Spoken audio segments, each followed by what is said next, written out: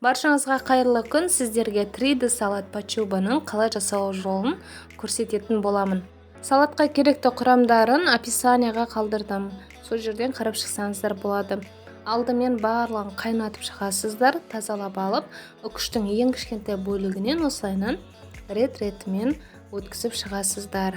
Міне жұмыртқаны, сәбіз, картопымызды, қызылшамызды барлығын осылайынан бөлек-бөлек ыдысқа өткізіп шықтым. Балығымызды да осылай турап шықтым, және де майонезімізді араластырып аламыз.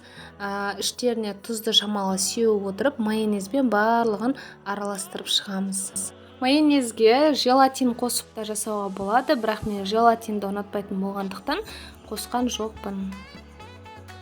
Енді мына формамызды дайындаймыз.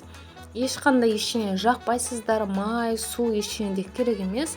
Қызылшамызды салып жібереміз, және де рет-ретімен барлығын осылайынан біркелкі етіп тегістеп жайып шығамыз. Үстіне осындай пакетикті қойып, және де тоңазытқышқа немесе мұздатқышқа салып алсаңыздар болады. Не жарты сағаттай тұрды. Менде осындай тарелка әдемі көрінетін болғасын, осындай тарелкаға жасадым. Ақ тарелкаға жасасаңыздар да өте әдемі көрінеді, ол енді өзіңіздің қалауыңызда. Және де пачуба салатын осындай форманы сатып алып, 3D форматта жасасаңыздар өте әдемі, күшті көрінеді. Дастарханыңыздың сәнін келтіріп ашып тұрады. Міндетті түрде осылайынан жасап көріңіздер. Осы видео сізге ұнаған болса, лайк басып, пікір қалдырып, мені қолдап кетіңіздер.